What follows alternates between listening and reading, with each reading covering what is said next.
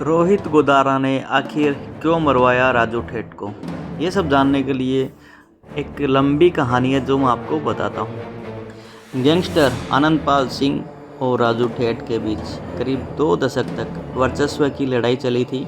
आनंदपाल के एनकाउंटर के बाद राजू ठेठ का शेखावाटी में वर्चस्व हो गया। सीकर बोस के नाम से मशहूर ठेठ की हत्या के पीछे आनंदपाल और विश्नोई गैंग का हाथ बताया जा रहा है।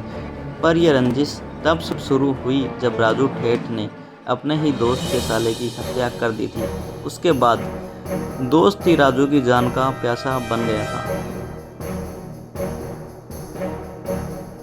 राजू ठेठ और आनंदपाल के बीच की दुश्मनी के कारण शेखावाटी के ज़मीन पर कई गैंगवार हुए। अपराध की दुनिया में राजू ठेठ ने 1995 के दौर में कदम रखा। उस समय भाजपा की भैरों सिंह सरकार संकट में थी। राजस्थान में राष्ट्रपति शासन लागू था। सीकर का एसके कॉलेज शेखावाटी के राजनीति का केंद्र था। इसी कॉलेज के एबीवीपी के कार्यकर्ता गोपाल फोगावट शराब के धंधे से जुड़ा हुआ था। उसी के संरक्षण में राजू ठेठ भी शराब का अवैध कारोबार करने लगा। गोपाल फोगावट के संरक्षण में राजू का दबदबा कायम होने लगा। इसी दौरान उसकी मुलाकात दूध का व्यापार करने वाले बलबीर बानुड़ा से हुई। राजू का सीकर में दबदबा और पैसा देखकर बलबीर बानुड़ा का भी लालच जगा। उसने राजू के साथ कारोबार करने की मंशा जाहिर की, जिसके बाद राजू ठेठ के साथ मिलकर शराब का कारोबार करने लगा। साल 1998 में बलबीर बानुड़ा और राजू ठेठ ने मिलकर सीकर में भेबाराम हत्याकांड को अंजाम दे दिया। यहीं से शेखावाटी में गैंगवार की शुरुआत हो गई। 1998 से लेकर 2004 तक बानुड़ा और राजू ठेठ ने शेखावाटी में शराब के अवैध कारोबार के बादशाह बन बैठे। अगर कोई इस धंधे में शामिल उनकी जी हजूरी नहीं करता तो दोनों उसे रास्ते से हटा देते। –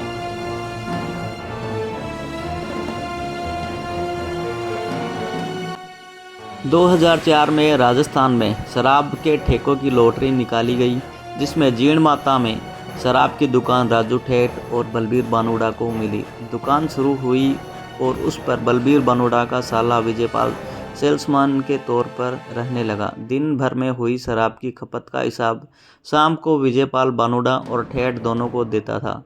दुकान से जिस प्रकार की बचत राजू ठेठ चाहता था, वह बचत उसे मिल नहीं रही थी।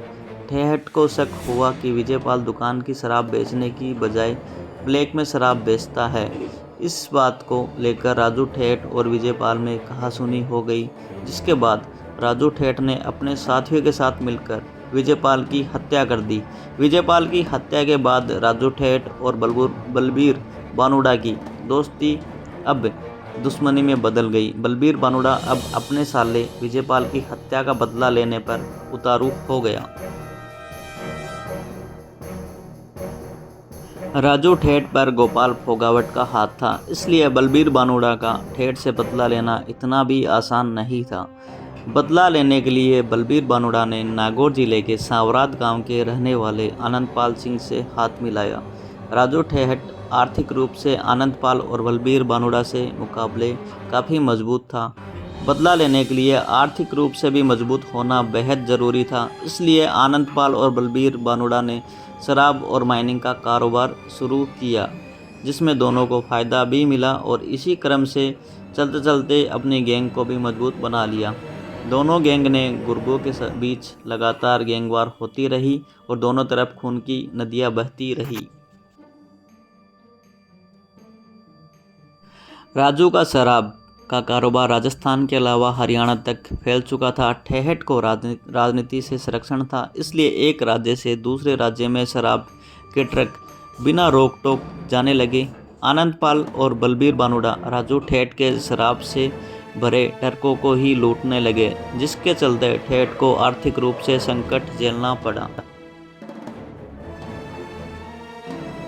आनंदपाल और बानुड़ा ने जून 2006 में राजू ठेठ के संरक्षक गोपाल फोगावट को गोली मार दी। अब गोपाल फोगावट की हत्या का बदला लेने के लिए राजू ठेठ झटपटाने लगा, लेकिन साल 2012 में दोनों गैंग को अंडरग्राउंड होना पड़ा। 2012 में बलबीर बानुड़ा, आनंद पाल और राजू ठेठ की गिरफ्तारी हुई तो तीनों में बदले की आग फिर सुलग गई। बानुड़ा के खास दोस्त सुभाष बराल ने 26 जनवरी 2013 को सीकर जेल में बंद राजू ठेठ पर हमला कर दिया, लेकिन इस हमले में राजू ठेठ बच गया। जेल में हमले के बाद राजू ठेठ ने अपनी गैंग की कमान अपने भाई ओम प्रकाश उर्फ ओमा ठेठ को सौंप दी। इसी दौरान आनंद पाल और बलबीर बानुड़ा बीकानेर जेल में बंद थे। संयोग से ओमा ठेठ का साला जयप्रकाश और राम प्रकाश भी बीकानेर जेल में ही बंद थे। बदला लेने के लिए दोनों के पास हथियार पहुंचाए गए। 24 जुलाई 2014 को बीकानेर जेल में ओमा ठेठ के कहने पर बलबीर बानुड़ा और आनंद पाल पर हमला बोला गया। इस हमले में आनंद पाल तो बच गया, लेकिन बलबीर बानुड़ा मारा गया, जिसके बाद आनंद पाल ने राजू ठेठ को मौत के घाट उतारने की कसम खा ली। दोनों गैंगों में गैंगवार होने लगी। इसी बीच एनकाउंटर में आनंद पाल मारा गया। तब से ये खूनी खेल दोनों गैंगों के बीच में चल रहा है और आखिरकार अभी आनंद पाल गैंग ने और बदला ले लिया, क्योंकि राजू ठेठ ने बलबीर बानुड़ा और आनंद पाल सिंह को मरवाया था। आनंद पाल गैंग के लोगों का ये मानना है कि इन दोनों में और उसी का हाथ है। आनंद पाल सिंह इनकाउंटर में भी राजू ठेठ का हाथ है, इसलिए ये लोग बदला लेने के लिए और उन्होंने राजू ठेठ को मरवा दिया।